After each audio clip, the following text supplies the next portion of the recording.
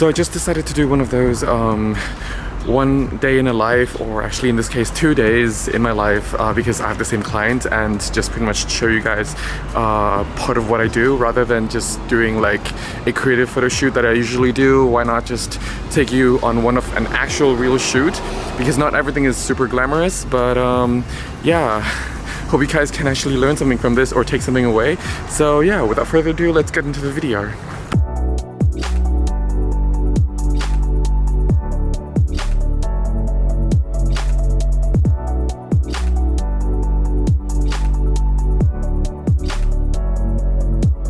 So right now I'm actually waiting for a bus. It was a huge mistake not bringing a microphone because the city is busier than I thought. It's actually a very small little town in northern part of Holland.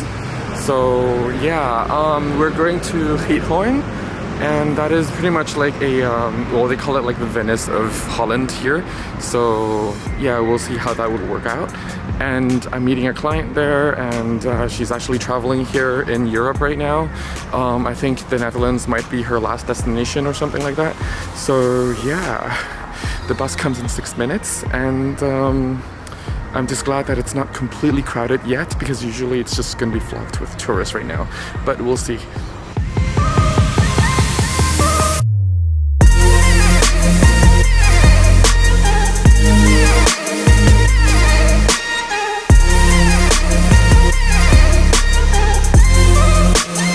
So I arrived at Giethoorn. This is actually the part where you can actually rent a boat and go around this town. So I'm not sure about the precise history why it became the tourist destination. I'm just here in the bus booth so that it's more echoey, but at least it blocks a lot of the sound from the wind.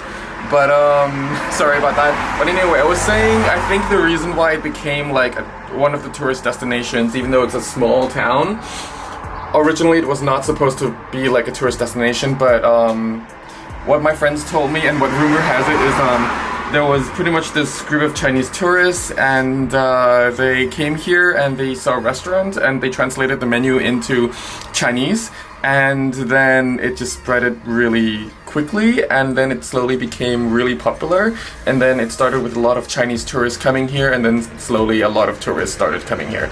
So yeah, I am about an hour and 24 minutes early, which is good and also not good.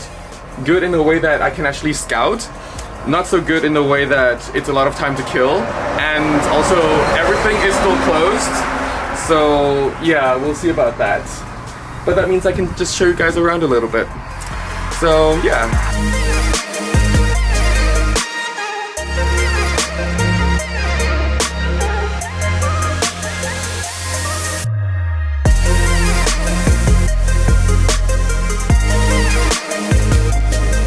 So looking around at all these boats, it's super easy to just mistaken this city, or this town rather, just for like a tourist destination town, but it is actually a real town where people do live here and they go to work from here, and it's an actual town where, yeah, the native Dutch actually lives here. That sounded weird to say, but yeah, and also not like, I haven't been here for several years, and I can definitely see new buildings being built, and also new buildings that has been built during the past 3 or 4 years that I haven't really visited this town. And yeah, and in a bit you'll see, well, when I'm actually shooting, you'll see a bit more of the town. It actually looks a bit more cute, but hopefully by the time we get in the boat and we ride around, you guys will also see less crowd as well. Hopefully we'll find the spot where there are less crowds of people, because by the time everything is open here, there will be a lot of people, because for example, my client is coming with a tour bus, so I'm assuming it's during the time when a lot of tour buses would also be arriving as well. So yeah, we'll see about that. I'm hungry. I got up at 4:30 this morning and I didn't have breakfast. Well, I took 2 bananas with me, but it doesn't help. It is now 3 minutes before 9 and my client will be arriving at around 10. So yeah. Also, Ooh, restaurants are opening, but only their doors, but still setting up. Anyway, so if you're looking to come here, there are actually different kind of boats you can rent. So you can rent either one of those big boats where you're joining the tour with other people, or smaller boats, whether it's pedal boats or boats with motor, and there are a few companies. Okay, let me actually move this way since they're making noise in the background. Oh well, now I'm backlit. But yeah, there are different sizes as well, depending on, you know, if you're coming with 2 people or if you're coming with like a group of 4, group of 5, or yeah, what have you. And the price will vary between that. And yeah, I'm not endorsing any particular company here, but I'm just saying if you do come here, there are different sizes of boats you can choose. And of course, in most cases, you will have to ride it yourself, like drive it yourself pretty much. So I'm also kind of wondering how today would turn out, because I will be doing the job of driving and also photographing my clients. So yeah, we'll see. But we'll definitely explore more parts of the town, which is going to be much cuter and much nicer as well later, because this part is just pretty much all the shops and Airbnbs, and also just boats, like rental boats, things like that. Yeah, I guess I'll see you when the client has arrived.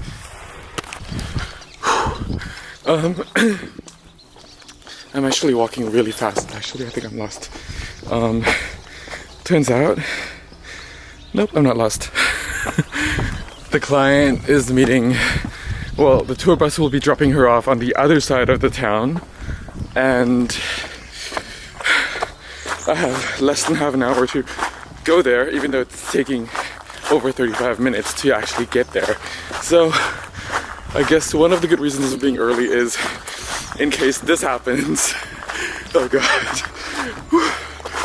So the tour bus actually arrived right on the same time when I actually arrived at the location, and we just rented the boat right away. And from there I pretty much just drove the boat around the village, making sure that we would still be under the 1 hour time, because we only rented the boat for 1 hour, since we wanted to actually preserve that extra time to photograph elsewhere in the town. So yeah, that was actually kind of hard. But when you're actually driving the boat and doing a photo shoot, always make sure that there aren't any boats behind you, and if there are, always look for a spot where you can actually kind of move to the side and then let the other boat pass first, especially those big boats, because at the end you don't want to be holding all the traffic behind you and also be that selfish photographer in the same time. So yeah, just be considerate. And also I actually recommend using the Google map on your phone more than the actual map that the boat rental place gives you, because the Google map on your phone will actually definitely be more accurate than the ones they give you. And if you definitely want to save some time, I know the scale of the lake as well as the canals better, just use your phone, because the map that the rental place gives you actually looks quite small, and you just feel like you can actually cover the whole village within less than an hour. But actually in real life you'll need about 3 hours to actually cover the basic of the village.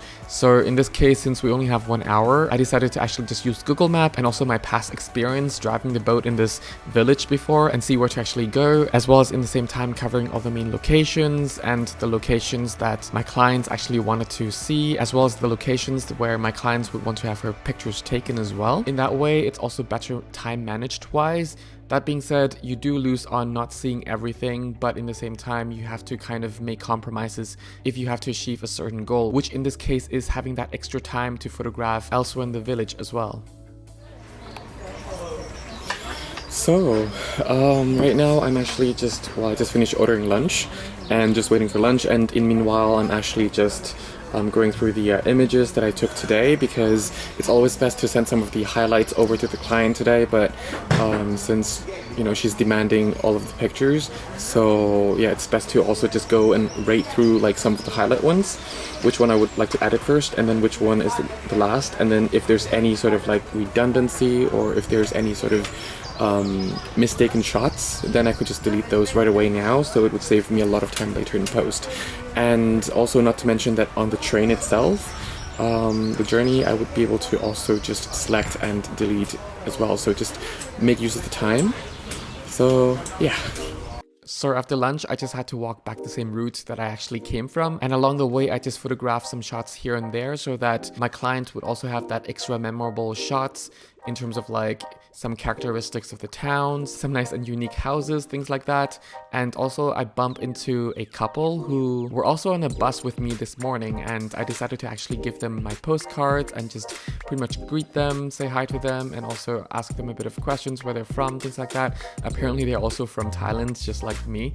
And yeah, it's always a nice way to actually, you know, give something that you create, and also they can remember that and just have a bit of exchange with connections and contacts, things like that as well.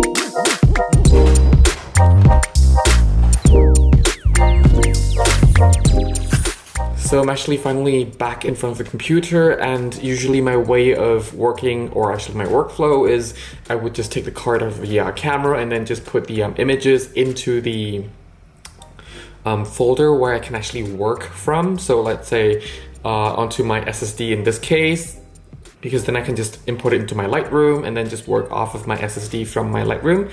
And then in meanwhile, while I actually work from the SSD, the camera would then be connected via the USB cable, in this case with another computer, to a different hard drive, so that it would actually create that backup in the same time. So then I would have the images still in the camera, but then also back up in the same time onto a hard drive, and then also onto a kind of an SSD that I'm actually working on. So then I would have like a little bit of a redundancy kind of backup system, God forbid, in case anything happens. And then yeah, it's actually 6:30 now p.m. and I got delivery. I usually cook, keyword being usually, but since today it's been really, really hot and really tiring. I even had nosebleed because, you know, 12 degrees doesn't sound too warm, but if you're working under the condition of 12 degrees, yes, I know in some places you have it worse, but you know, still, I have a really bad nosebleed. And also on top of that, it's spring allergy, so there's that as well. But yeah, I'm just gonna continue editing. ครับ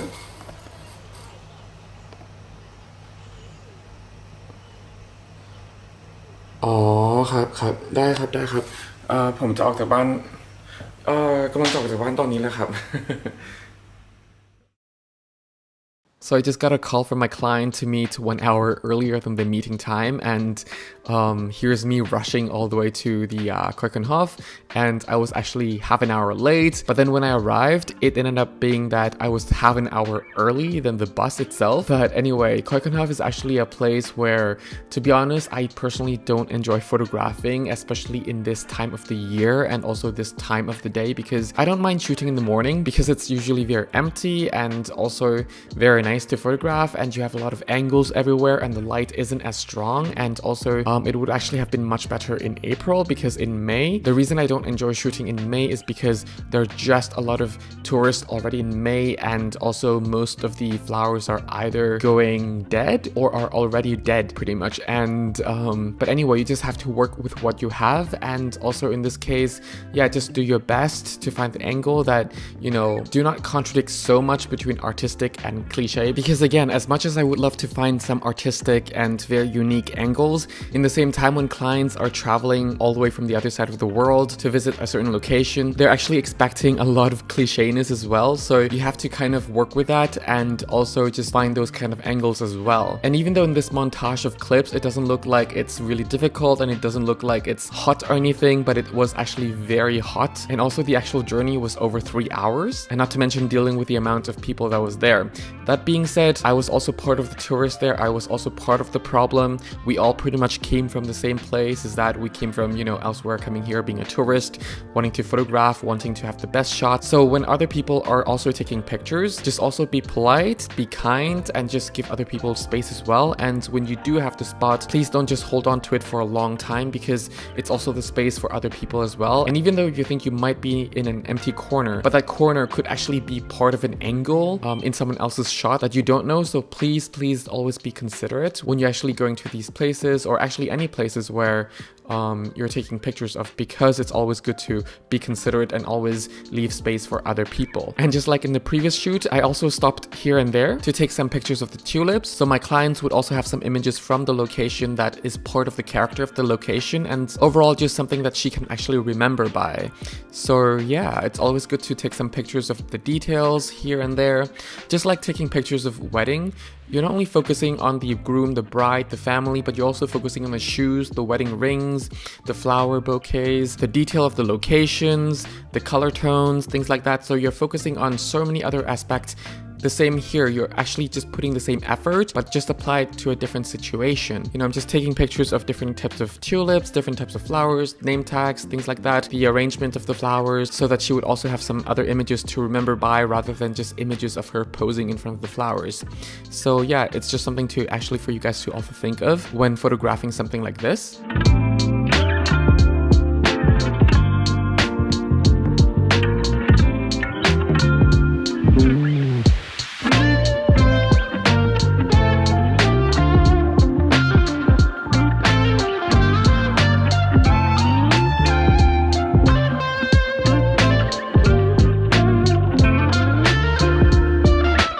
So here, after saying goodbye to my clients, I quickly rushed home, but the bus was 1 hour late to the stop, so it was kind of like a rush for nothing.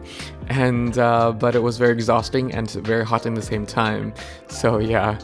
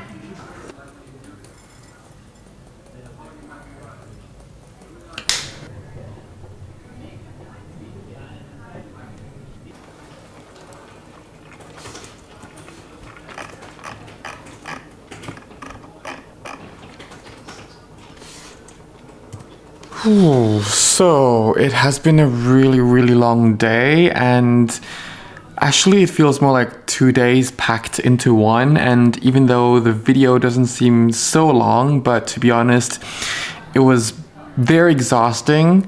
And yeah, like, it's always good to meet the demands of the client. Yes, you as a photographer have your own timing. Like, even though you might tell your clients like, okay, you need another day to edit the images, but if you're taking pictures of, let's say, travel portraits, it's always good to give your client some of the results or some of the final photos on the same day. Sorry, I'm just losing my vocabulary because it's been really long 2 days.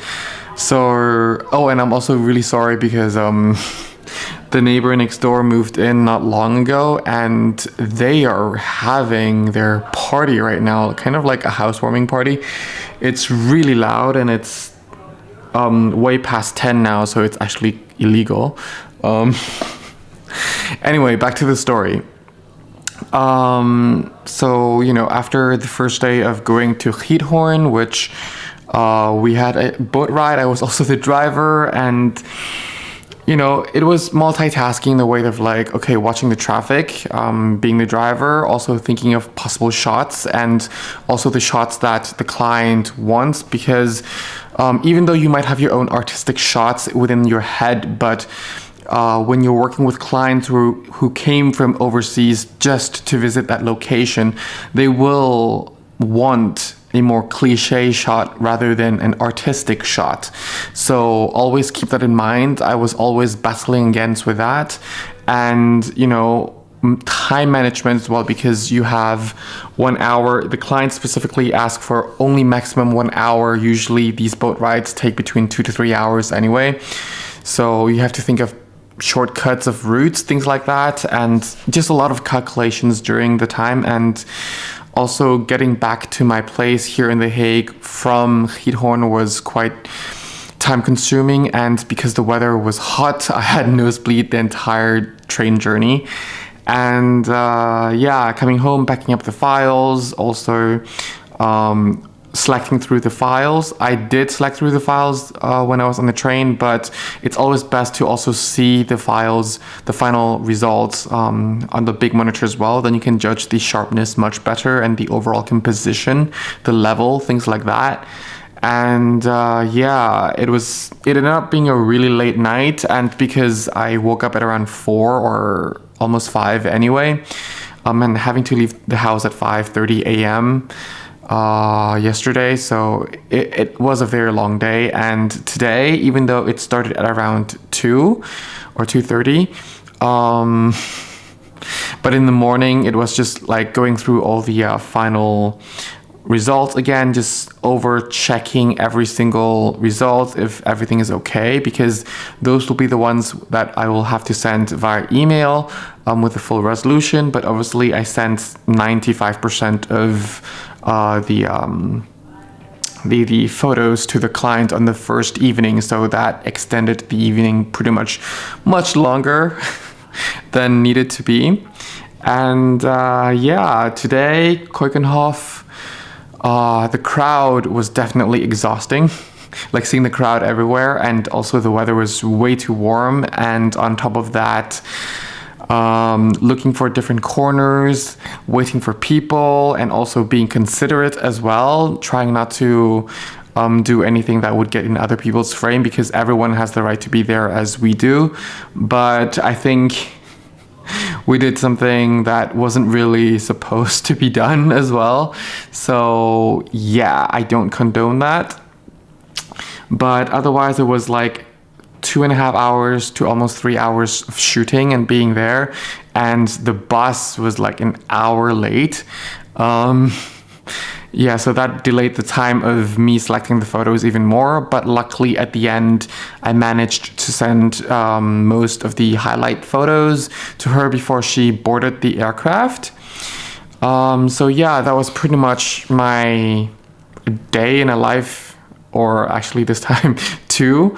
Again, not every day is the same. Different clients has different requirements. Some clients just want some unique shots. Some clients just want some professional shots, like professional in the way that they can just share on their LinkedIn.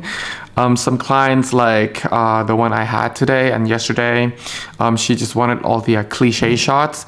But all of the shoots, they all represent some sort of challenge as well, because even with the cliche shots, you're battling with yourself on like, okay, how artistic can you make it? How unique can you make it before it no longer becomes cliche and it looks like it can just be taken from another look-alike village and not that particular landmark village. You know what I mean? And also all the time constraints, all the time pressure, and all the other factors that you have to take into account as well. while shooting, and also after shooting, what you'll have to do, things like that. So always take all of these things into consideration, and of course be careful of your health, be careful of how you're working, your workflow, things like that, and also be considerate while working as well, that you don't get into other people's way or harm other people or make other people feel annoyed of you. So yeah, I think another job done could have been better. Yes, any job could have always been better, but for the time that I had, and also the condition and the situation that I was in, I think that was pretty much the best that we could have done. So yeah, I hope you can actually gain something from this video. I know it's a little bit all over the place, I'm sorry, but it's just not the same every day. Welcome to the adult life. Even if you're working in banking, it's not the same every day. So yeah, and I hope you can actually gain something from this video. If you have any questions, feel free to actually leave them down in the comment section below. Any suggestions, any experience to share as well, just feel free to share them down in the comment section below. If you need a free photography guidebook, absolutely for free, it's on my website. Just click and download. No need to submit your email address, nothing, and I will not bombard you with any newsletter nonsense. So yeah, thank you all very much for watching. Stay safe, have fun shooting. Till next time, bye for now.